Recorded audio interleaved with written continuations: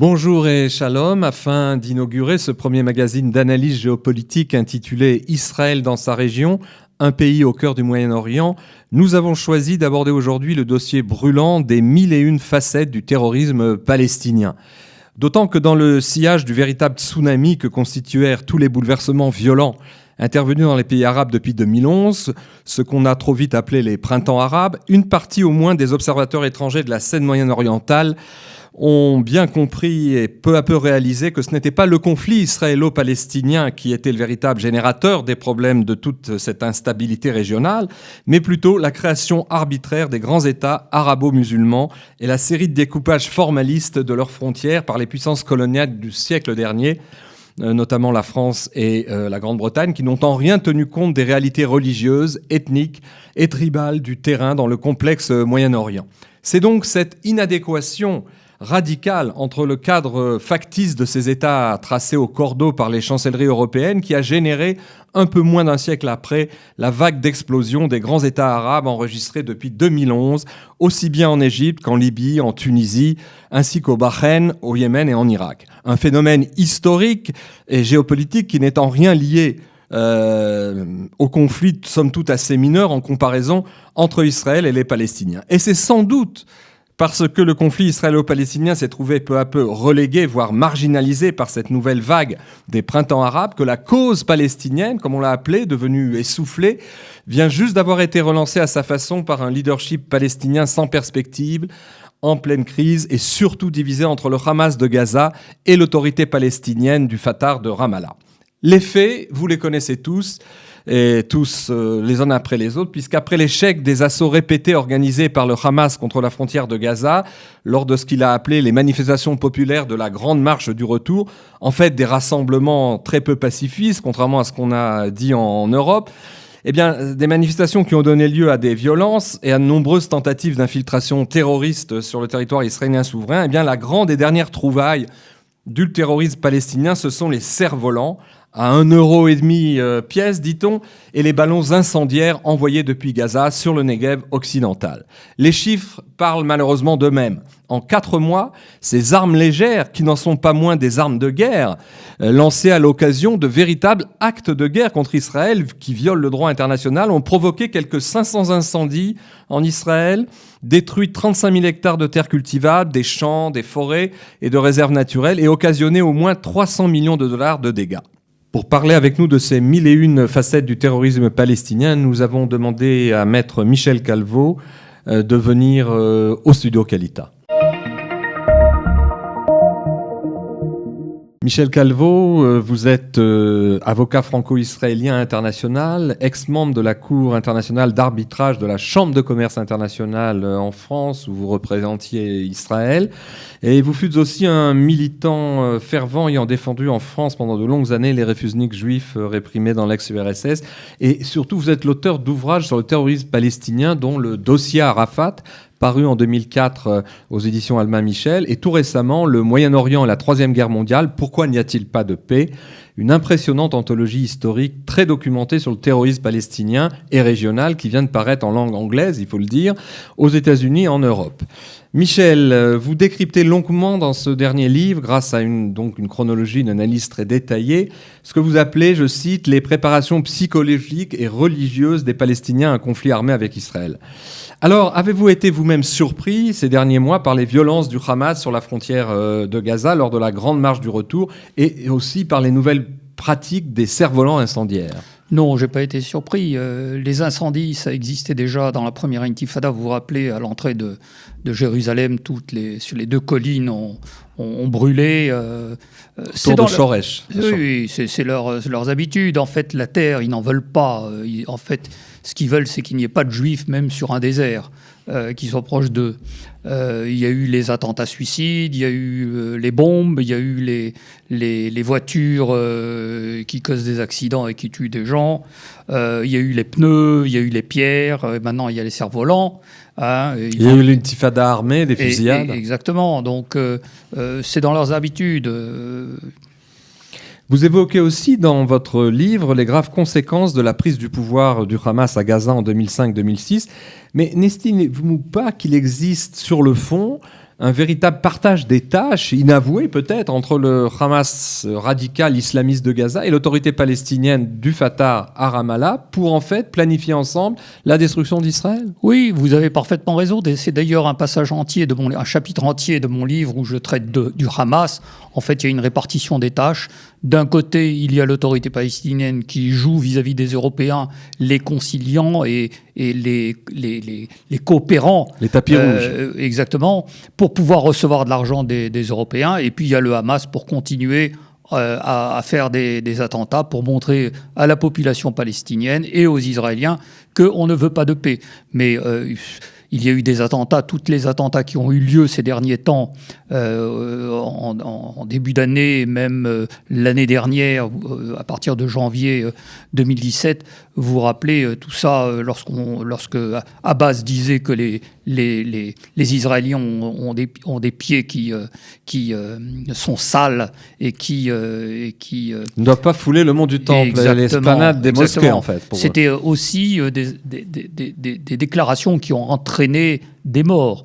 Donc il ne faut pas penser que l'autorité palestinienne et le Fatah, ce sont les bons et que les autres sont les mauvais. Quelles conséquences ont eu sur le conflit israélo-palestinien l'émergence des pseudo-printemps arabes et puis surtout la montée et finalement ce qu'on a appelé, à tort ou à raison, la défaite de Daesh, l'État islamique dans toute la région du Moyen-Orient? Oui, écoutez, les printemps arabes, ça a été transformé en hiver islamique. Ce n'est pas moi qui ai inventé cela, c'est le professeur Rafi Israeli, qui en a fait d'ailleurs un livre excellent à lire. La défaite de Daesh, je n'y crois pas. En fait, Daesh, c'est comme un nuage, et il existe un petit peu partout. Il existe en Syrie, en Irak, mais il existe également en Europe. Il existe également en Afrique, sous d'autres noms, tels que Boko Haram. Tout ça, c'est une idéologie qui est commune.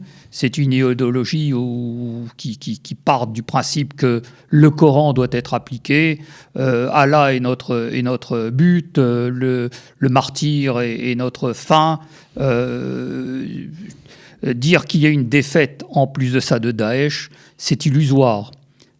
Mais quelle incidence ont exercé tous ces phénomènes sur la question palestinienne? Est-ce que ça l'a marginalisé d'une certaine manière? Non, je ne crois pas que ça l'a marginalisé, parce qu'il y aura toujours en Europe et dans le monde des antisémites, des gens qui nous veulent du mal, qui en veulent aux Israéliens et qui en veulent aux Juifs et qui en veulent à Israël. C'est la même chose. En fait, ça n'a rien avancé et l'islamisme existe également dans la psychologie des Palestiniens et dans leur éducation. Alors pourquoi, selon vous, le mouvement national palestinien, ça c'est une question plus sur le fond des choses, qui expliquerait en contrepartie l'attitude, la posture terroriste permanente, pourquoi le mouvement palestinien, qui a refusé obstinément depuis plus de 70 ans de saisir l'une quelconque des 18 occasions ou la vingtaine d'occasions de pouvoir faire la paix avec Israël, que n'ont cessé de leur proposer aussi bien l'État hébreu que la communauté internationale sous la forme de différents plans de paix, sommets comme celui de Camp David en juillet 2000 et les autres conférences internationales. En un mot, qu'est-ce qui explique que les Palestiniens n'ont pas raté une seule occasion de rater toutes les occasions de paix? En fait, s'ils avaient envie de la paix, il y aurait eu la paix. Le problème, c'est que le conflit n'est pas un conflit territorial comme on essaye de le faire croire ou comme on a pensé pendant des années. En fait, le problème n'est pas là. On est en plein conflit religieux, théologique et métaphysique. Civilisationnel, en quelque sorte. Non, je ne dirais pas civilisationnel, c'est religieux. C'est à base religieuse, c'est le Coran, c'est les Juifs. Ils sont humiliés, comme ils disent. Vous savez pourquoi? Ils sont humiliés parce qu'ils ont des Juifs qui les contrôlent au passage pour entrer en Israël. Ils ont des Juifs qui sont des femmes. C'est encore plus grave. Ils reçoivent des ordres des femmes et ils n'aiment pas ça. Alors, ça devient encore plus difficile quand ce sont des falachas, c'est-à-dire des Noirs. Et ça devient encore plus difficile quand ce sont des militaires, ce sont des falachas femmes. Donc, c'est ça l'humiliation. L'humiliation qu'ils disent subir, c'est l'humiliation de ne pas pouvoir nous humilier comme ils ont fait pendant des siècles vis-à-vis des Juifs. Alors estimez-vous, comme nous l'avons avancé au début de notre magazine, que cette vague des printemps arabes, devenue, comme vous l'aviez précisé, en grande partie des hivers islamiques, ont d'une certaine manière contribué à marginaliser, non pas forcément marginaliser, mais ont fait perdre de son acuité à la question palestinienne? Je ne crois pas. C'est quelque chose qui... les Européens ont besoin de cela pour pouvoir taper sur Israël. Les États arabes ont besoin de ça. Les États musulmans, je dirais, ont besoin de ça pour pouvoir taper sur Israël. Sachez qu'il y a tous les États islamiques, ça représente 1,6 billion de musulmans qui sont contre Israël, qui a la taille de l'État du New Jersey. 1,6 milliard. Oui, 1,6 milliard. Oui. Et la taille du New Jersey. Et 8 millions d'habitants. Et le dirigeant de Malaisie, le président de Malaisie, lorsqu'il disait « c'est pas possible qu'on ne puisse pas les annihiler », il a raison. Et c'est là tout le secret de la chose. C'est-à-dire qu'il semblerait que toutes les guerres, nous les avons gagnées. Souvent, on nous dit que c'est par des miracles. Et si Israël continue d'exister, c'est par des miracles. Et aussi peut-être parce que le Coran prévoit que nous devons revenir sur notre terre un jour. Maître Calvo, merci beaucoup. Dans quelques secondes, nous traiterons le 3e volet de notre magazine avec quelques extraits de la presse arabe régionale. Merci. Merci à vous. Notre revue de la presse arabe régionale, avec tout d'abord le journal Al-Arab, basé à Londres, qui dénonce la duplicité du Hamas face à la Syrie. On se souvient qu'en avril 2015, écrit ce journal, les forces de Daesh sont entrées dans le grand camp de réfugiés palestiniens de Yarmouk, près de Damas, créé en 1957, en lançant un violent assaut contre les rebelles de l'armée libre de Syrie qui s'y trouvaient. Aussitôt, les gens de Daesh ont commencé à exécuter des civils dans les rues du camp, pendant que 10 000 Palestiniens prenaient la fuite et que plusieurs centaines étaient tués, ce qui constitua l'une des pires tragédies de l'histoire palestinienne passée sous silence en Occident et aussi par le leadership palestinien. Pire encore, poursuit le journal, après ce massacre, le chef du Hamas de Gaza, Ismail Haniyeh, a ensuite osé continuer à qualifier sans honte le régime syrien de gardien des droits palestiniens, ce qui montrait bien que le Hamas n'a que faire des droits des Palestiniens. Et si c'est le cas pour les réfugiés du Yarmouk, comment peut-il donc prétendre défendre aussi ceux de la bande de Gaza? Car la seule chose que les habitants de Gaza ont pu expérimenter depuis 10 ans, continue encore ce journal, c'est la misère et l'isolement, ainsi que l'incapacité totale du Hamas à pouvoir améliorer leurs conditions de vie. Fier d'être affilié au pire régime de la région que sont l'Iran et la Syrie, le Hamas, qui n'a même pas pu s'entendre avec l'autorité palestinienne, n'a fait qu'amener mort et destruction pour le peuple palestinien. Fin de citation. Autre extrait de presse, cette fois-ci venant du journal jordanien Al-Rai, qui fait le procès des idéologies violentes. Et voilà ce qu'écrit ce journal, l'éditorialiste de ce journal. Notre jeune génération a grandi dans cette période de terrorisme hyper violent, comme en Syrie et au Yémen, animée par des idéologies radicales qui ont fauché chaque jour tant de vies. Car nous vivons malheureusement dans un monde où les bombes humaines suicidaires sont glorifiées, où le fanatisme religieux est normalisé et où rien de bon ne sort de cet enfer de violence.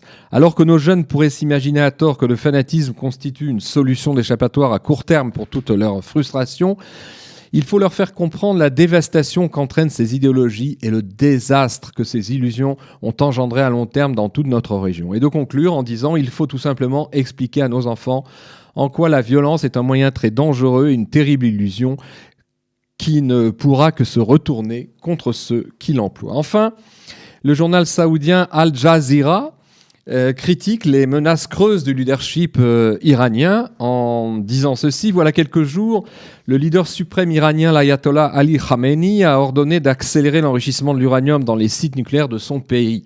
Ce qui contredit totalement ce que les Européens, les Russes et les Chinois tentent de prôner dans la région en s'efforçant de sauver l'accord de Vienne de juillet 2015 sur le nucléaire. Or, les Européens, précise ce titre, n'ont pas compris le calcul des mollahs de Téhéran concernant leur programme nucléaire.